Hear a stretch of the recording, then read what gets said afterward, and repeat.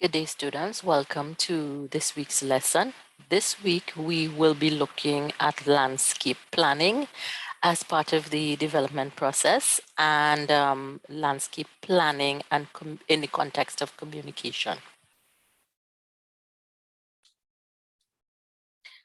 So this is what will be covered in this week's lesson. It's really two main objectives. For the lecture portion of the lesson, we will be really trying to understand the concept of landscape planning in the context of public access to information. Okay, so that would be the focus of the lecture. The activity is what is going to cover objective 2 here, where you would critically evaluate the mechanisms for stakeholder consultation in the context of Trinidad and Tobago, and these are some of the areas we would look at in the activity. Okay, so let's try to understand this concept of landscape planning.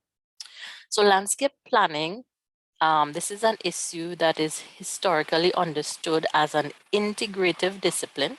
So, we have many integrative disciplines, so landscape planning is one of them.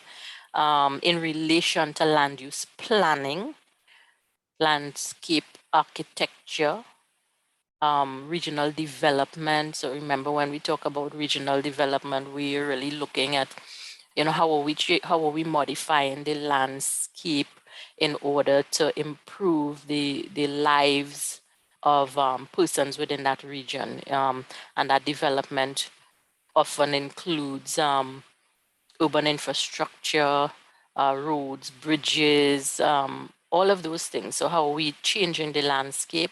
And then, of course, there will be many logistics and many different things, including finance and all of that, that would be part of the management process. So we're saying then that landscape planning is, it really takes into account all of these things, not only how we use the land, how we allocate and zone activities to different portions of land. It's about how we modify the land, how we utilize it, and how we manage it.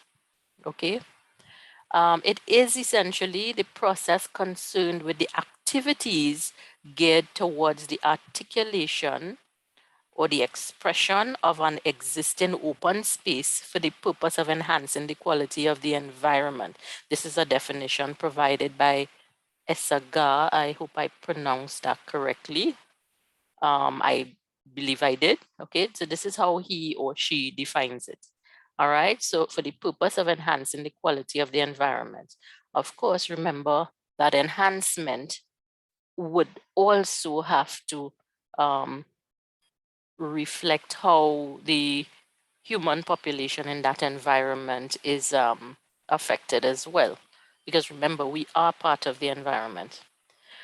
Okay, so what does it include? Landscape planning may include rehabilitation and modification of existing spaces. All right, rehabilitation in the sense, how do we fix and improve? Modification, how do we change? So landscaping has both negative and positive impacts on our environment.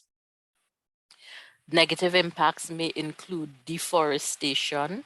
So deforestation is and pollution of our environment often occurs as a result of development activities, making space for urban infrastructure, building houses, or pollution resulting from industrialization. So all of these different types of developments can negatively affect our natural environments, right? And it can also change the natural ecosystems, causing ecosystem disruption.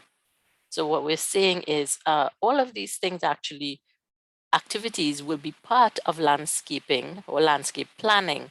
But again, as we can see or have seen, it can have a negative impact on our environment. So on the flip side, the other side of that coin, we can have positive impacts as well. And these positive impacts can include socioeconomic effects. So landscaping can improve the lives and the well-being. Landscape planning can improve the lives and the well-being of persons within that particular environment. If it's properly done, it can reduce the levels of exposure to pollution that the persons or population may be exposed to.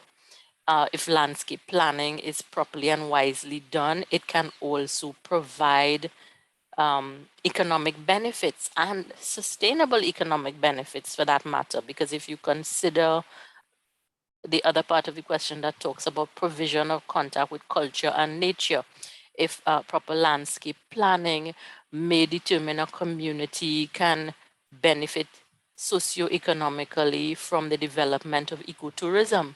So you will find some preservation of nature, and yet the community can positively benefit economically and socially from that. All right. So already, hopefully, you all are beginning to see some connection here, or shall we say a place for landscape planning in sustainable development. So the environmental advantages are that landscape planning may promote actions for environmental conservation, initiatives for waste management, improved concern for urban appearance, improvement for environmental conditions, as well as it also makes the most of, remember we talked about it being an integrative discipline. So it makes the most of professionals in areas like landscape architects, those who will design the landscape, the planners, urban and regional planners, curators, artists. You see artists get involved, estate managers, horticulturists, environmentalists. So there's so many different people, professions and disciplines that can actually positively contribute to the whole process of landscape planning. So the use of the EIAs, auditing and quality control initiatives have proved that landscaping in terms of physical, biological, social, economic, psychological, and infrastructure by far outweighs the negative consequences for our environment or our natural environment. So what we're saying then is, with this point, is that the use of EIAs, auditing and quality control, they are all aspects of landscape planning. All right, so I hope you all got that. So landscape planning, by now you should be seen as a pretty broad concept that integrates all of these different, not only disciplines, but different tools. So the EIA, the auditing, and all of these things would be environmental tools that can be used to facilitate proper landscape planning. Other advantages of landscape planning, that is, include social welfare improvement, improvements to amenities, cultural heritage. So we talked about some of that when we mentioned ecotourism, preservation of heritage sites, for example. Not only are we preserving our history, but it can provide socioeconomic benefits to communities as well. And then, of course, as we mentioned, other advantages would be environmental change, hopefully for the better. So, I mean, yes, of course, if it's an advantage, it should be an environmental change for the better with the application and implementation of wise landscape planning. So as we've been discussing so far, we should have been seeing that connection between landscape planning and sustainable development.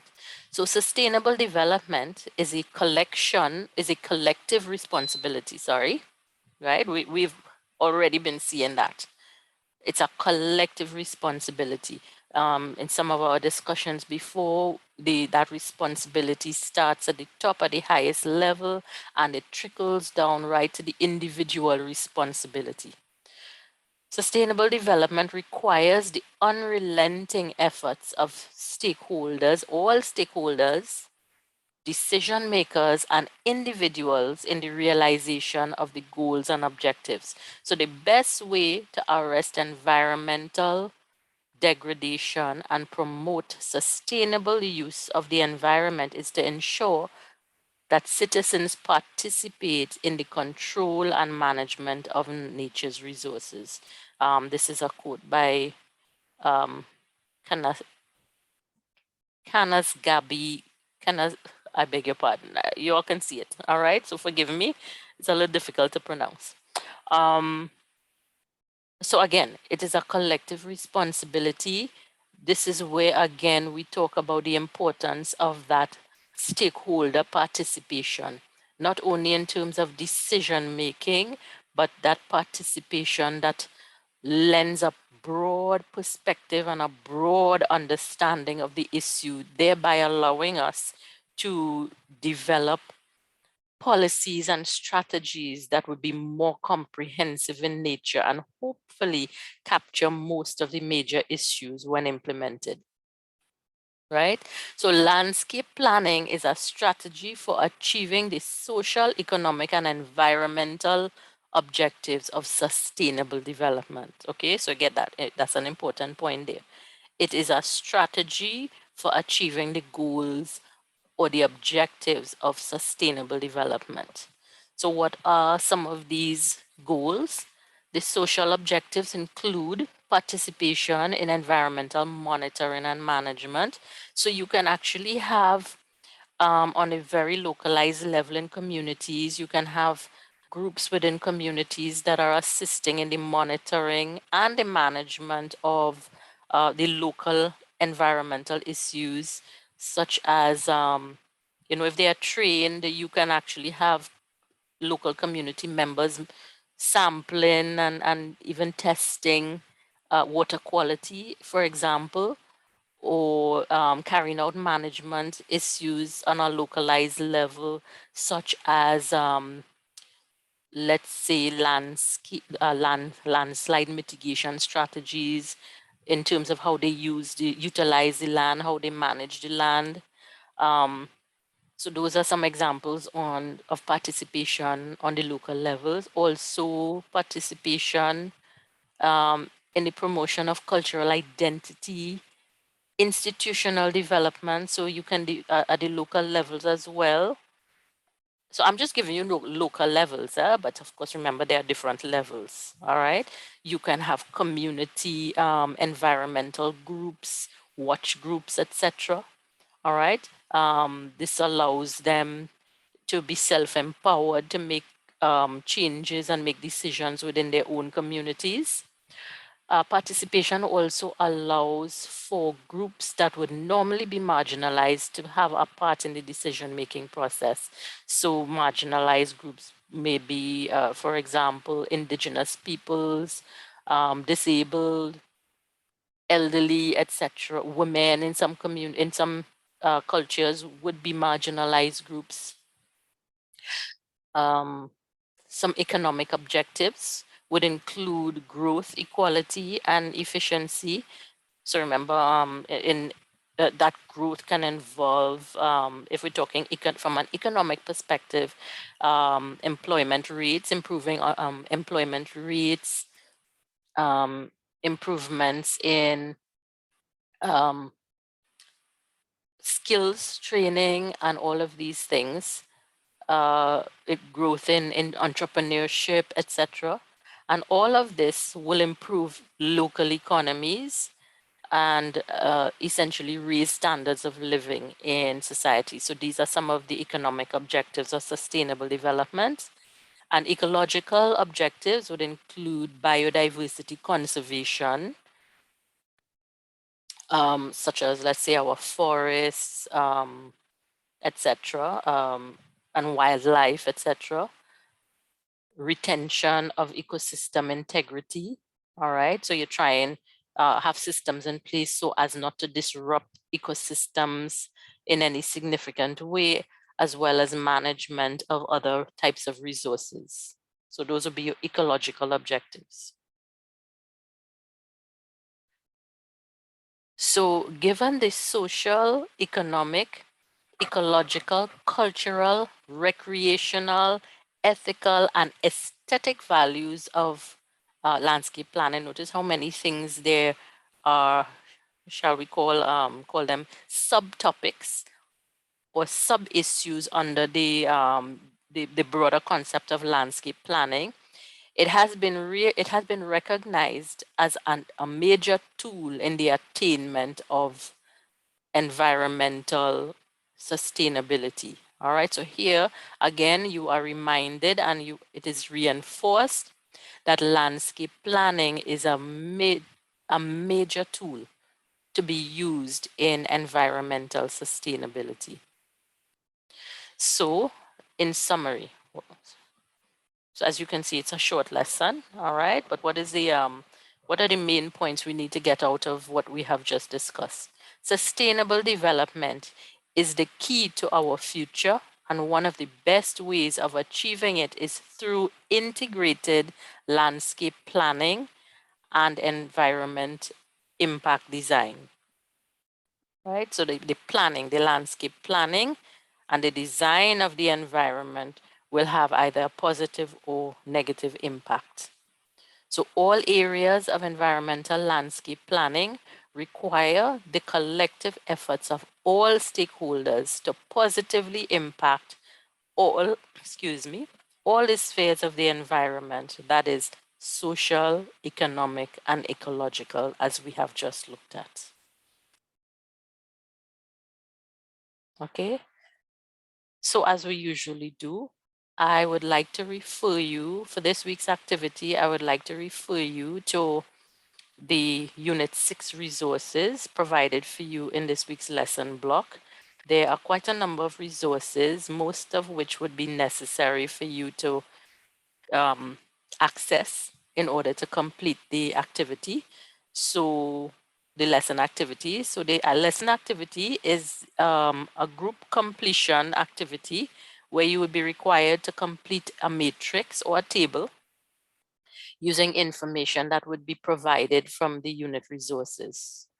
Okay, so you are asked to make every effort to complete this activity properly, because the final product will actually serve as an important revision tool for you. All right, so I will see you guys online. Thanks for joining me for today's lesson.